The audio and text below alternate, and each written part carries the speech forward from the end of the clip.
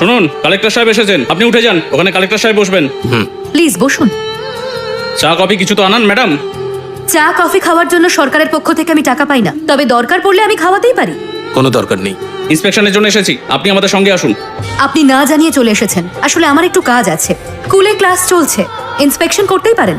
চিত্রা, কি হয়েছে গীতা? আজকের প্রিন্সিপাল কে? ক্যালভি ম্যাডাম। ওনাকে ডেকে দাও। ওকে গীতা। আপনি চেক করতে পারেন, উনি আপনার সঙ্গে যাবেন। নমস্কার স্যার, আমি নমস্কার। ক্যালভি। মানে আজকের প্রিন্সিপাল? হ্যাঁ স্যার। দাও তো, চিনা সামনে এসো। কিভাবে যাবে শুনি? যাও। ম্যাডাম, কালেক্টর সাহেব এসেছেন।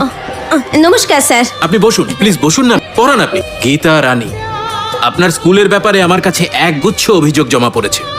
ডিপার্টমেন্ট কিন্তু আপনাকে সাসপেন্ড করতে এলাম। আপনি ফাইল চেক করতে চান? চাকরির প্রথম দিকে আমিও আপনার মতোই ছিলাম, সেই জন্য আমার অনেকবার ট্রান্সফারও হয়েছে। এর খেয়াল রাখবেন।